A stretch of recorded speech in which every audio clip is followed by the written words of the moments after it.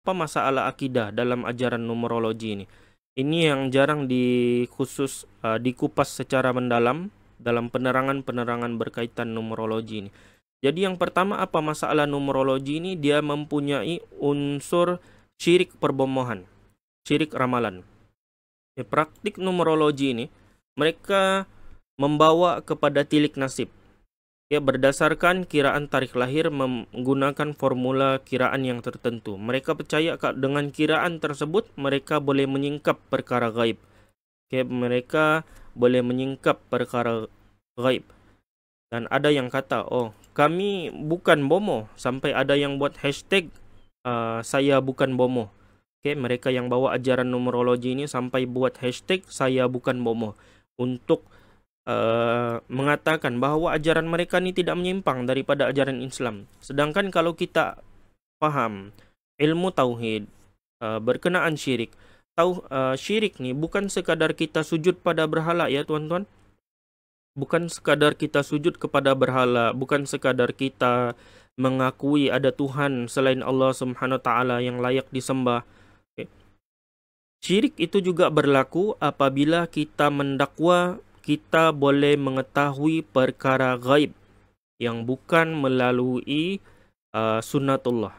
Kita mendakwa boleh mengetahui perkara gaib bukan melalui sunnatullah, melalui perkara mistik dan gaib. Sedangkan Allah Subhanahu wa taala berfirman dalam Al-Qur'an surah Al-Jin ayat 26 hingga 27 yang mana maksudnya Tuhan sajalah yang mengetahui segala yang gaib, maka dia tidak memberitahu perkara gaib yang diketahuinya itu melainkan kepada sesiapa pun, melainkan kepada mana-mana rasul yang diredai olehnya.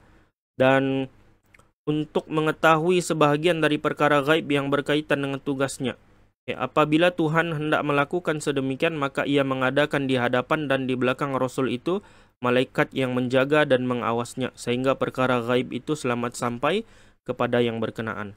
Jadi kalau kita rujuk pada ayat Al-Quran, para nabi dan rasul pun tidak mengetahui perkara gaib. Mereka pun tidak mampu untuk mengetahui karakter para sahabat dengan begitu terperinci. Tapi kalau kita jumpa golongan numerologi ini, kita bagi tarikh lahir kita pada mereka, dia orang boleh ulas kita punya kelebihan, kita punya kelemahan, kita punya bisnis apa yang sesuai. Kalau kita mau berjaya, kalau kita buat bisnis nih kita boleh gagal ataupun tidak, mereka boleh buat ramalan berdasarkan nomor tarikh lahir tersebut. Dan ini termasuk dalam perkara yang syirik perbomohan, mendakwa mengetahui perkara gaib. Dan Nabi Muhammad SAW pernah bersabda, man ata arrafan fasa'alahu an syai'in lam tuqbal lahu salatun arba'ina laylah. Sesiapa yang mendatangi orang yang mendakwa mengetahui perkara gaib lalu bertanya kepadanya tentang sesuatu, maka tidak akan diterima salatnya selama 40 malam. Hadis riwayat Imam Muslim. Bayangkan apa kata Nabi SAW, kalau kita bertemu dengan orang yang mendakwa mengetahui perkara gaib, kita bertanya kepada dia, belum percaya, kita bertanya saja, sekadar suka-suka. Kita bertanya kepada dia tentang sesuatu perkara gaib, tidak percaya pun, sekadar bertanya saja, maka solat itu tidak akan diterima selama 40 malam, selagi dia tidak bertaubat kepada Allah Subhanahu wa taala. Jadi ramalan numerologi ini dia adalah satu ramalan yang berkaitan dengan perkara gaib. Perkara gaib. Gaib ini dia ada dua jenis. Ada gaib nisbi, ada gaib mutlak. Gaib nisbi ini gaib yang kita boleh tahu, tapi dia perkara gaib. Tapi kita boleh singkap dengan melakukan satu perkara yang sesuai dengan sunnatullah, seperti ramalan kaji cuaca. Itu tidak termasuk dalam perkara syirik. Dia boleh disingkap melalui sunnatullah, perkara saintifik, di mana para ahli kaji cuaca misalnya mereka melepaskan belon cuaca ke atmosfera, mereka perhatikan pergerakan awan, mereka perhatikan pergerakan angin, buat kiraan formula dan seumpamanya dengan satu data yang saintifik. Tapi ajaran numerologi ini dia bukan satu benda yang saintifik, tapi dia adalah pseudoscience. Tapi kalau kita jumpa golongan numerologi ini, dia kata, ramalan numerologi ini, rahasia tarik lahir ini sebenarnya adalah satu kajian. Sebenarnya itu adalah satu dakwaan yang dusta. Oke, dalam ilmu psikologi, memang ada satu ilmu yang kita boleh mengetahui, uji kaji tentang karakter seseorang, kita boleh tahu dia punya ciri-ciri. Tapi ujian tersebut tidak melibatkan perkara metafizik ataupun perkara gaib. Oke. Ia adalah ujian psikometrik. Ada satu ujian psikometrik yang mana kalau ujian psikometrik itu kita bukan ditanya berkenaan tarikh lahir, tapi kita akan ditanya mengenai apa yang kita suka, apa yang kita lakukan dalam kehidupan kita. Daripada di situ dinilai, karakter kita nih, adakah contoh, adakah kita nih seorang yang ekstrovert, adakah kita nih seorang yang introvert, dan seumpamanya. Berbeza dengan apa yang dibawa oleh golongan numerologi ini. Dan berbeza ramalan dalam numerologi ini, dia tidak ada kajian yang empirical. Dia cuma kepada andaian saja. Dan kalau kita tanya pun kepada golongan numerologi ini, saya baru baca sebelum saya buat perkongsian pada malam ini, saya rujuk satu buku numerologi, tidak ada langsung di sana kajian yang menunjukkan bahwa ajaran numerologi rahasia tarik lahir ini adalah satu benda yang saintifik. Tidak ada sama sekali. Okay. Itu yang pertama, syirik daripada segi perbomohan. Jadi ini adalah satu perkara yang berat. Kalau zaman dahulu kita mungkin faham, jumpa bomo nih kita pergi ceruk kampung, bertanya dengan orang itu, orang ini, mengenai barang yang hilang dan seumpamanya. Sedangkan tanpa kita sadar sebenarnya numerologi, ajaran rahasia tarik lahir, nomor metafizik ini pun termasuk dalam syirik perbomohan yang patut kita tentang. Tidak boleh kita biarkan. Kalau ada nampak kawan-kawan yang terlibat dalam ajaran numerologi ini, tegur, nasihatkan. Ini adalah satu kesyirikan yang berbahaya. Kita tidak boleh main-main dengan benda ni. Tidak boleh benda ni kita buat suka-suka. Itu yang pertama, syirik perbomohan. Yang kedua, dalam numerologi ini terdapat syirik tatoyur. Syirik tatoyur yaitu kepercayaan sial. Golongan numerologi ini, mereka percaya bahwa nomor ni ada yang negatif, ada yang positif. Mereka percaya juga nomor asas diri kita tu, orang nomor asas dia nomor 1 contohnya, dia tidak boleh berkahwin dengan orang yang asasnya nomor 3. Kalau berkahwin juga nanti akan bercerai. Kalau berkahwin juga akan hidup keluarganya porak-peranda. Mereka percaya kepada perkara-perkara sial. Dan apabila kita tengoklah dalam ajaran ini, saya bagi contoh dekat sini ya. Boleh tengok dekat sini, saya bagi contoh bagaimana dalam satu fanpage metafizik Islam katanya metafizik Islam, tapi tengok dia kata nomor 16 ataupun 61 ini lambang masalah keluarga. Dia kata, dia boleh pula kata macam tu. Ini perkongsian tahun 2021. Tahun lepas, ni masih baru. Ajaran ni dia masih tersebar dalam keadaan yang mendapat sambutan dalam masyarakat kita. Contoh, tengok dekat gambar ni, macam mana mereka percaya kalau kita guna kereta Velfire yang mempunyai nombor 16 ataupun 1666, keluarga kita akan porak-peranda. Contoh dekat sini, tengok. Yes, memang pada mula-mula Sifu guna kereta ni ada aura gaduh dalam rumah tangga, itu agak obvious. Dia kata sebab nombor kereta dia tu, dia punya nombor kereta 1600 ataupun 1666. Gara-gara nombor kereta dia, akhirnya dia ada unsur mau bergaduh dalam rumah tangga dia tu. Ini adalah satu dakwaan yang cukup merepek lah kita kata. Bagaimana nombor flat kereta kan, nomor 16, ada nomor 16 boleh menyebabkan porak-peranda dalam rumah tangga. Sedangkan kalau dalam rumah tangga ni kita kena rujuk lah pada kaunselor kan. untuk memperbaiki hubungan, belajar tentang bagaimana berkomunikasi, bagaimana pengurusan keuangan dan seumpamanya, bagaimana ilmu parenting. Itu untuk kita memperbaiki urusan rumah tangga, bukannya berkaitan dengan nomor plat kereta. Tapi begitulah, golongan ini mereka membawa ajaran yang sebegini. Oke. Jadi itu, oke, ada satu lagi gambar yang saya tidak siarkan dekat sini, di mana dalam satu seminar nih dia kata arah rumah dari tempat kerja juga, arah dari rumah ke tempat kerja juga boleh memberikan kesan. Oke, contoh rumah kita di Kota Kinabalu, tempat kerja kita tuh kita tengok arah dia, adakah di arah utara, adakah di arah timur, adakah di arah apa? Di arah selatan. Oke, dia kata kalau rumah kita tuh berada di arah di arah tenggara misalnya, maka kita akan dapat suasana tempat kerja yang tertekan.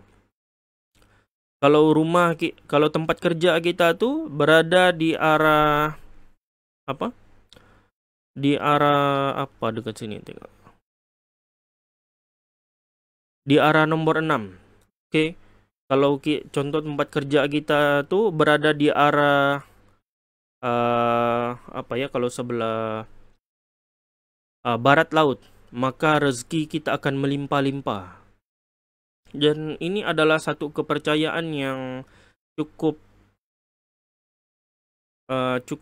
merepek lah kita kata. Bagaimana pula arah tempat kerja tuh boleh mempengaruhi kamu punya tempat kerja tuh baik ataupun tidak. Ini adalah satu kefahaman yang membawa kepada syirik tatayur, kepercayaan sial yang berlaku dalam masyarakat jahiliyah terdahulu. Dan inilah yang ditentang oleh Nabi Muhammad SAW, syirik tiarah nih. Nabi SAW menyebutkan dalam hadis yang diriwayatkan dalam Sunan Abu Daud, kata Nabi SAW, at-tiyaratu syirkun, at-tiyaratu syirkun. Tatayur itu adalah syirik, tatayur itu adalah syirik. Dan inilah yang berlaku dalam kalangan pembawa ajaran numerologi ini. Kalau mereka tengok nomor kita tuh tidak sesuai, mereka akan suruh tukar nomor yang baru. Jadi itu adalah salah satu bentuk kesyirikan. Dan cukup membimbangkan lah bagaimana ada kaunselor dalam jabatan agama dekat Malaysia nih, majelis agama. Dia boleh bagi testimoni dalam majelis seminar psikonumerologi. Dia boleh kata, oh ni benda bukan syirik. Kan? Sedangkan daripada tengok contoh-contoh yang saya berikan tadi, tu ada unsur syirik perbohongan, syirik tatayur. Bagaimana dia boleh kata benda tu bukan syirik? Dan seterusnya, masalah akidah dalam numerologi ini adalah berkaitan dengan sihir. Dalam siapa yang mengiktiraf numerologi ini, secara tidak langsung dia akan mengiktiraf satu ilmu lain, yaitu ilmu astrologi.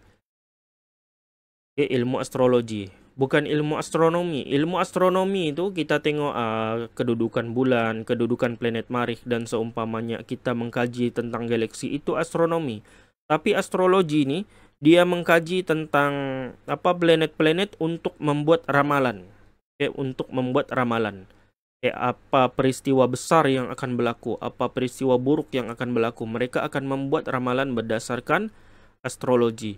Dan menurut pengakuan seorang pakar motivasi yang terkenal di Malaysia, yang video saya baru tonton beberapa hari lalu, dia mengaku juga tarik lahir ini memang berkaitan dengan kedudukan planet dan seumpamanya. Jadi ilmu astrologi itu sudah tentu haram. Sudah tentu haram dalam ajaran Islam. Dan astrologi ini, kata Nabi SAW, berkait dengan ajaran sihir. Dalam Sunan Abu Daud, dalam hadis yang berstatus hasan, hadis nomor 3905, Nabi SAW bersabda, "Man iqtabasa ilman minan nujum, iqtabasa syu'batan minas sihr." Sesiapa yang mempelajari satu bahagian ilmu daripada ilmu astrologi, tilik nasib dengan bintang, maka dia telah mempelajari satu cabang daripada ilmu sihir. Dan dalam numerologi, setiap nomor asas daripada nomor 1 sampai nomor 9 tu, mereka akan kata itu sebagai nomor asas lah. Kita kira tarikh lahir kita sampai dapat satu nomor tunggal yang dinamakan sebagai nomor asas, terdiri daripada nomor 1 hingga 9. Setiap nomor tersebut sebenarnya berkaitan dengan kedudukan planet-planet tertentu. Contohnya nomor 1 berkaitan dengan matahari. Nomor 2 dikaitkan dengan bulan. Nomor 3 dikaitkan dengan planet Jupiter. Dan nomor 9 dikaitkan dengan planet Marikh dan seumpamanya. Jadi mereka percaya bahwa tarikh lahir itu berkaitan dengan planet-planet boleh mempengaruhi kita punya karakter dan berkait rapat dengan ilmu astrologi yang mana disebut oleh Nabi SAW, "Man iqtabasa ilman minan nujum, iqtabasa syu'batan minas sihr." Sesiapa yang mempelajari sebahagian daripada ilmu astrologi, maka dia telah mempelajari satu cabang daripada ilmu sihir. Jadi ilmu numerologi ini dia adalah satu cabang, satu bahagian daripada ilmu astrologi. Kalau tuan-tuan cari dekat Google, type ilmu numerologi, pasti laman web tersebut dia akan kaitkan ilmu numerologi ini. Nanti dalam laman web itu akan ada juga di sana perbahasan mengenai astrologi. Jadi ilmu ini dia berkait rapat dengan ilmu sihir. Bukan saya yang kata, tapi ini kata-kata Nabi SAW. Sesiapa yang mempelajari sebahagian daripada ilmu astrologi, maka dia telah mempelajari satu cabang daripada ilmu sihir. Bukan saya yang kata. Jangan pula yang mengaku numerologi ini, kenapa kamu tuduh ilmu numerologi ini berkaitan dengan sihir? Bukan saya yang kata. Numerologi itu sendiri memang satu bahagian daripada memang satu bahagian daripada ilmu,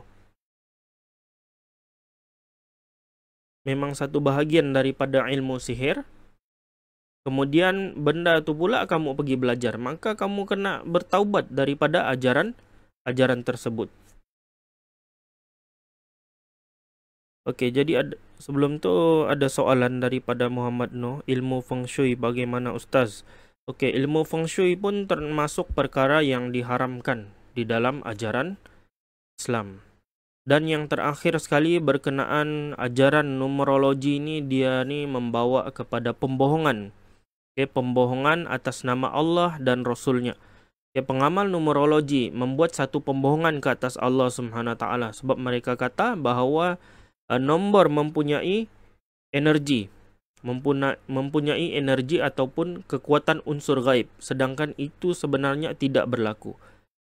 Ilmu gaib, perkara gaib, kekuatan gaib ni kita tidak boleh tahu melainkan melalui perantaraan wahyu. Kalau Allah Subhanahu Wa Taala tidak pernah menurunkan wahyu bahawa nombor ni ada energi, ada kuasa gaib, bagaimana kamu boleh mendakwa bahawa nombor itu ada kuasa gaib sampai kamu namakan ia sebagai nombor metafizik? Jadi siapa yang beritahu kepada kamu, kepada pengamal numerologi ini, siapa yang beritahu kamu bahawa tarikh lahir ni menjadi kunci rahsia untuk memahami personaliti manusia? Para nabi dan rasul pun tidak pernah mengambil berat mengenai tarikh lahir manusia secara begitu melampau, sampai tarikh lahir Nabi Muhammad SAW sendiri pun terdapat perbezaan pendapat dalam kalangan ulama. Dan ada golongan numerologi yang sanggup mengubah ayat Al-Quran. Bagaimana contoh dalam satu artikel yang dibawa oleh pembawa ajaran psikonumerologi ini, mereka bawa dalil satu ayat Al-Quran, surah Al-Qamar ayat 49, di mana Allah Subhanahu Wa Taala berfirman, "Inna kulla syai'in khalaqnahu biqadarin." Sesungguhnya kami telah menciptakan segala sesuatu menurut ukuran. Jadi dia kata, ukuran itu macam mana? Ukuran itu berkaitan dengan nombor. Apa itu nombor? Ini menunjukkan ayat yang menunjukkan bahawa nombor itu mempunyai kuasa. Pertama sekali, memang betul ayat tersebut menyebutkan bahawa Allah Subhanahu Wa Taala telah menciptakan segala sesuatu itu berdasarkan ukuran. Ada ukuran panjangnya, ada ukuran lebarnya, ada ukuran beratnya, kepadatan dan seumpamanya. Tapi ayat itu tidak pernah bagi tahu, surah Al-Qamar ayat 49 tidak pernah bagi tahu pun bahwa nombor itu ada energi ataupun kekuatan gaib. Jadi mereka ini telah menyelewengkan ayat Al-Quran, menafsir ayat Al-Quran sesuai dengan hawa nafsu mereka tanpa merujuk kepada tafsir para ulama mu'tabar. Dan ini kena hati-hati. Dan paradoksnya, golongan ahli numerologi ini, mereka membuat tafsiran berdasarkan tarikh lahir. Mereka terutamanya yang muslim lah. Mereka membuat kiraan tarikh lahir nih berdasarkan kalender Masihi. Kalender Masihi. Kalender Masihi ini kalender apa, tuan-tuan? Kalender Masihi ini adalah berdasarkan kalender orang Kristen. Jadi macam mana pula golongan muslim nih yang mengaku membawa ilmu metafizik Islam nih buat pula tafsiran berdasarkan kalender Masihi, kalender golongan yang tidak beriman kepada Allah Subhanahu wa taala. Ini adalah satu perkara yang cukup menghairankan. Mereka membawa ajaran ni, mereka kata oh ini adalah ilmu Allah, ini adalah ilmu metafizik Islam. Tapi sudahnya mereka gunakan kalender bukan Islam untuk buat kiraan. Bagaimana untuk kita mengenal karakter seseorang berdasarkan Islam, ajaran Islam. Dan kalau kita tengoklah, kalau kita kaji sejarah kalender ni sebenarnya dalam kiraan kalender ni sebenarnya dia berubah-ubah. Kalender ni satu benda yang berubah-ubah. Pada zaman dahulu, zaman sekarang Oktober ni kita masuk bulan 10 kan. Tapi pada zaman dahulu Oktober tu dia berada pada kedudukan bulan yang ke-8 sebenarnya. Jadi kalender tu sendiri berubah-ubah. Bagaimana golongan numerologi ni mereka boleh bawa ajaran ni sebagai satu cara untuk menafsir karakter manusia. Jadi ajaran numerologi ini adalah satu kesyirikan yang jelas. Yang pertama syirik perbomohan, yang kedua syirik tatayur, yang ketiga benda ni sangat jelas berkaitan dengan sihir, yaitu ilmu astrologi. Dan yang keempat, ini adalah pembohongan ke atas Allah Subhanahu wa taala. Sebab Allah tidak pernah beritahu kepada kita bahawa nombor ada energi gaib, kuasa gaib. Kemudian golongan numerologi ini, nombor metafizik, psikonumerologi, psikometriksologi dan rahsia tarikh lahir ini boleh kata pula nombor ni mempunyai energi gaib yang boleh mempengaruhi kehidupan kita pada hari ini.